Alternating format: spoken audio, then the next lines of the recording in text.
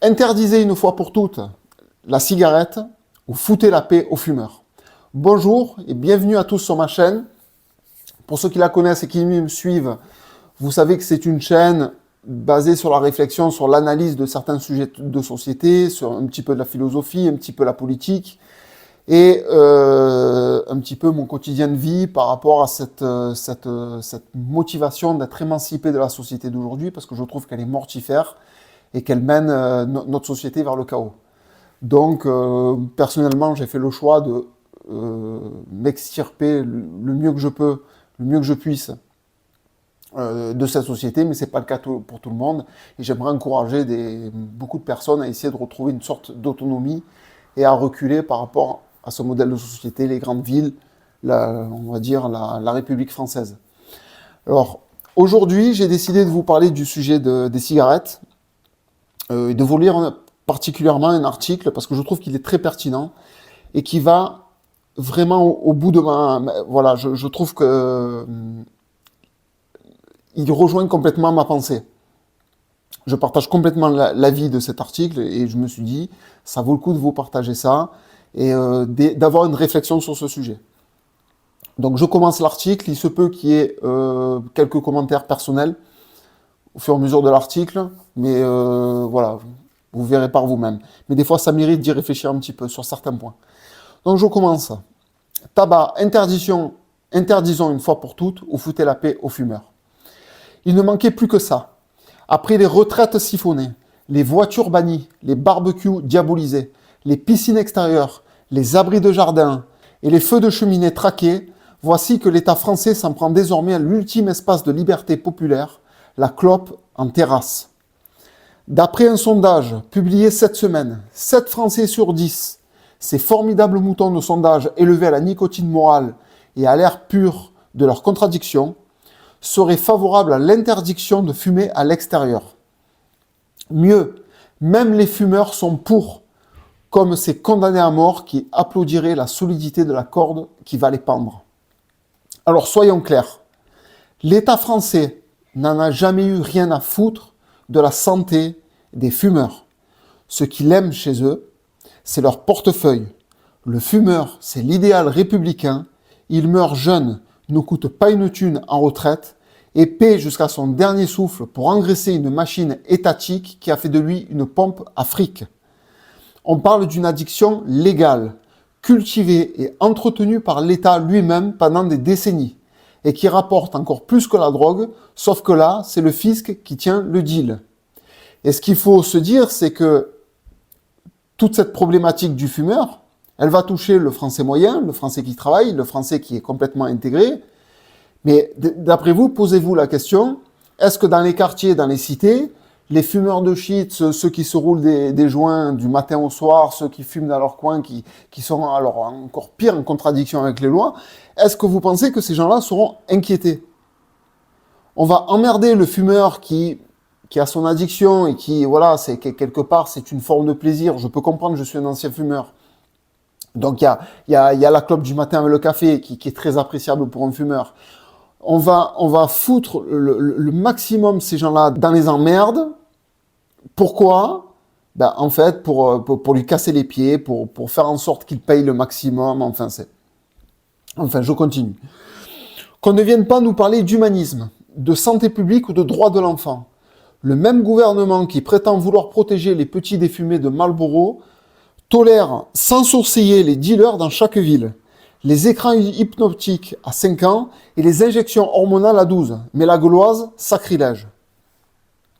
La vérité, c'est que l'interdiction actuelle, hypocrite et sournoise, n'a rien d'une politique de santé. C'est une politique de persécution lente, fiscalement rentable, socialement dégradante. On fait passer les fumeurs pour des nuisibles, des parasites, des égoïstes, des tueurs publics.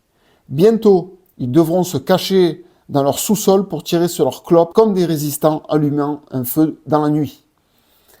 Même si vous voulez vraiment une société sans tabac, alors faites-le. Ayez le courage politique, interdisez radicalement, déclarez que toute personne née après une certaine date, disons 2010, n'aura plus jamais le droit d'acheter du tabac en France, point barre. Alors ce que je voudrais rajouter moi sur ce propos-là, c'est que cette idée que l'État voudrait interdire le tabac, mais sans l'interdire, sans donner d'interdiction, c'est strictement impossible. Parce que nous sommes dans la société des droits de l'homme, des libertés individuelles, et dans nos libertés individuelles, toutes les tares qui existent sont justement les bienvenues. Donc quelqu'un qui souhaite fumer sa cigarette, il pourra toujours, l'État lui dira toujours, mais vous avez la possibilité de fumer votre cigarette. La seule différence, c'est qu'il y aura tellement de conditions que ça va devenir invivable. Mais ça, l'État s'en fout. L'État, en fait, vous dirige avec des leviers de persécution, d'effort. Il ne vous interdit pas, mais quelque part, vous êtes obligé. C'est la manière de procéder de l'État.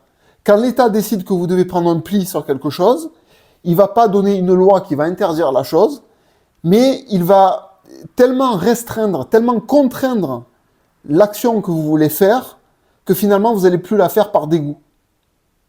C'est ce qui est dit dans l'article d'hypocrite. C'est vraiment hypocrite et sournois. C'est vraiment une façon d'agir comme quoi vous avez toutes les libertés, mais lorsque l'État veut vous retirer une liberté, il va faire le nécessaire pour que ce soyez vous, par la persécution, parce que vous en avez marre de subir les effets que l'État vous fait, que vous allez accepter ce que l'État souhaiterait que vous fassiez. Et c'est ça qui est important dans cet article. Là, par exemple, sur le propos du tabac. Je continue. C'est la solution logique, cohérente, dure, mais honnête. Pas de stigmatisation des anciens. Pas de raquettes déguisées.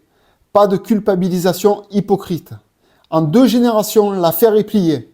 Mais cela, l'État ne le fera jamais. Parce que ça tuerait la poule aux œufs d'or fiscale. Parce que ça mettrait fin à ce robinet de cash que constituent les plus pauvres, les plus précaires, ceux qui souvent n'ont que la cigarette pour survivre au chaos qu'on leur inflige chaque jour. Et là, j'en viens à mon commentaire personnel, c'est la stricte réalité. Il y a des gens qui gagnent le SMIC, qui ont très peu de plaisir, ils ne peuvent pas se payer de vacances, ils arrivent tout juste à rejoindre les 2 bouts. Malheureusement, ils sont fumeurs et ça leur coûte déjà assez cher. Eh ben, je reconnais, je suis un ancien fumeur, je suis passé par là. Je reconnais que vous allumez votre cigarette de 8 heures du matin avec le café avant de partir au travail. C'est un plaisir, c'est une satisfaction. Et c'est pas à l'État de juger si c'est une bonne chose ou une mauvaise chose. Le but, c'est que ce ne soit pas contraignant pour les gens autour, mais la personne qui souhaite boire son café le matin en terrasse, comme en ce moment, on arrive au mois de juin, il fait beau, on est bien, on sort dehors, on savoure son café avec sa cigarette, quand on ne peut pas se payer de vacances et qu'on trime jusqu'à 7-8 heures par jour de travail, je reconnais que c'est légitime. Je suis passé par là, j'ai aimé cette cigarette du matin. Donc je trouve que c'est une aberration sur ce point-là. Je continue. Non, l'État préfère interdire à moitié, fliquer en douce, taxer jusqu'à l'os, culpabiliser en masse. Il préfère dépenser des millions à traquer le fumeur de plage plutôt qu'à interdire les saloperies chimiques dans nos assiettes ou les pseudo-médicaments qui tuent à petit feu. Alors oui, interdisons le tabac pour de bon, à partir d'une génération donnée, et respectons enfin la liberté des autres. Ou alors, foutez la paix aux fumeurs, qu'on arrête de les traiter comme des criminels publics, qu'on les laisse respirer au moins là où l'air n'est pas encore confisqué par la moraline ambiante. L'Europe n'a pas été bâtie par des non-fumeurs à jus de carotte, elle a été aussi forgé dans la clope, le vin rouge, le feu, la sueur. Si le tabac doit mourir, qu'il meure d'un coup. Mais qu'on cesse de le torturer au compte-gouttes. Ben écoutez-moi, cet article, je trouve qu'il est parfait, il est très bien écrit. Je partage entièrement les propos qui sont tenus. Je ne défends pas les fumeurs dans le sens où c'est une mauvaise chose de fumer pour tous. Mais cette semi-liberté, cette interdiction à moitié, à demi-mesure, c'est malsain. C'est de l'hypocrisie, c'est malsain. Le but de l'État, c'est d'entuber le plus possible les fumeurs. À la limite, il ne souhaite pas trop qu'ils s'arrêtent de fumer. Parce que si les gens s'arrêtent de fumer, qu'on vivrait tous dans bonne santé jusqu'à 90 ans, ça serait un problème pour l'État. Donc il chercherait peut-être d'autres solutions pour nous empoisonner un peu plus. Enfin, c'est mon point de vue. C'est ma liberté de conscience. Je vous laisse à vos commentaires, vos propres avis. Qu'est-ce que vous en pensez? Est-ce que vous partagez cet article, ces points de vue? Enfin, dites-moi tout dans les commentaires. Surtout que c'est très important pour aider à continuer ce que je propose aujourd'hui sur ma chaîne. Ça permettra de faire vivre ma chaîne. Donc n'hésitez pas à vous abonner, à commenter, à partager. Et pour ceux qui le peuvent, me soutenir financièrement, tout est là dans la description. En tout cas, ceci dit, merci à tous de m'avoir écouté, à vos commentaires, et je vous dis à très bientôt pour une prochaine vidéo. Au revoir.